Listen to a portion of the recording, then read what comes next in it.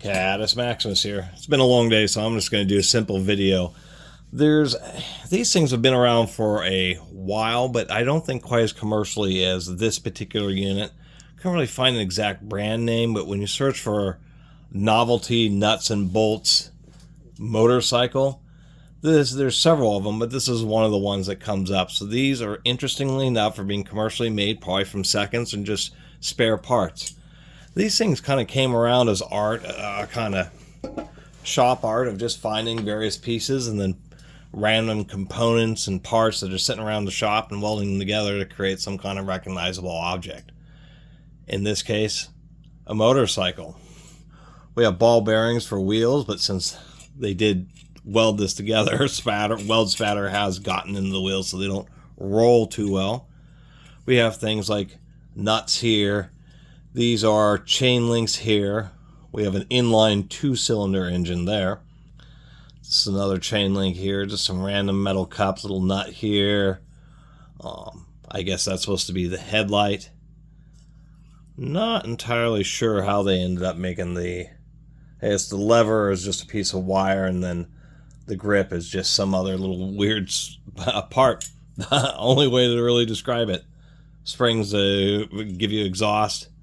More pieces of chain, so it's actually just wire and a couple springs, and I have no idea what these parts are. So anyway, these things I thought are kind of interesting. I'm a little bit tired, so I'm just making a basic video. It does kind of have a built-in kickstand, although it could probably use some adjustment because this thing leans over pretty far.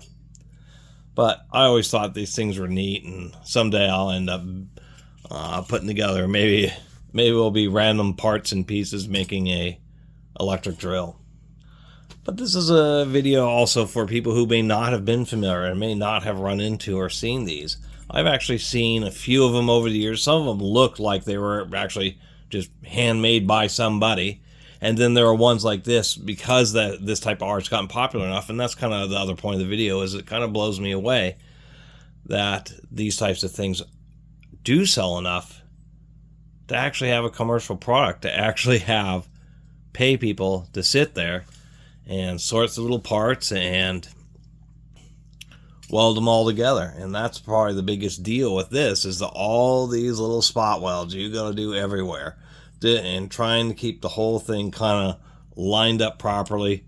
Try not to burn holes through everything because it's all pretty thin metal, and just all the little tack welds that you have to do just to make an object like this. So there is actually a fair amount of work. And actually I kind of like that they use ball bearings, because really you can just have it stand up straight like so. Anyway, I'm going to watch a classic here, Romancing the Stone. If you haven't seen this is one of those 80s movies that's worth watching if you haven't seen it, that's for sure. And it's been so long. I mean, the last time I saw this was probably VHS tape. Actually, it wouldn't be that long ago. I barely remember VHS. But it would have been on old school television, and certainly not in high definition, so it'll be kind of a new experience. It's kind of nice about getting old movies that you remember on things like Blu-ray or even 4K, is because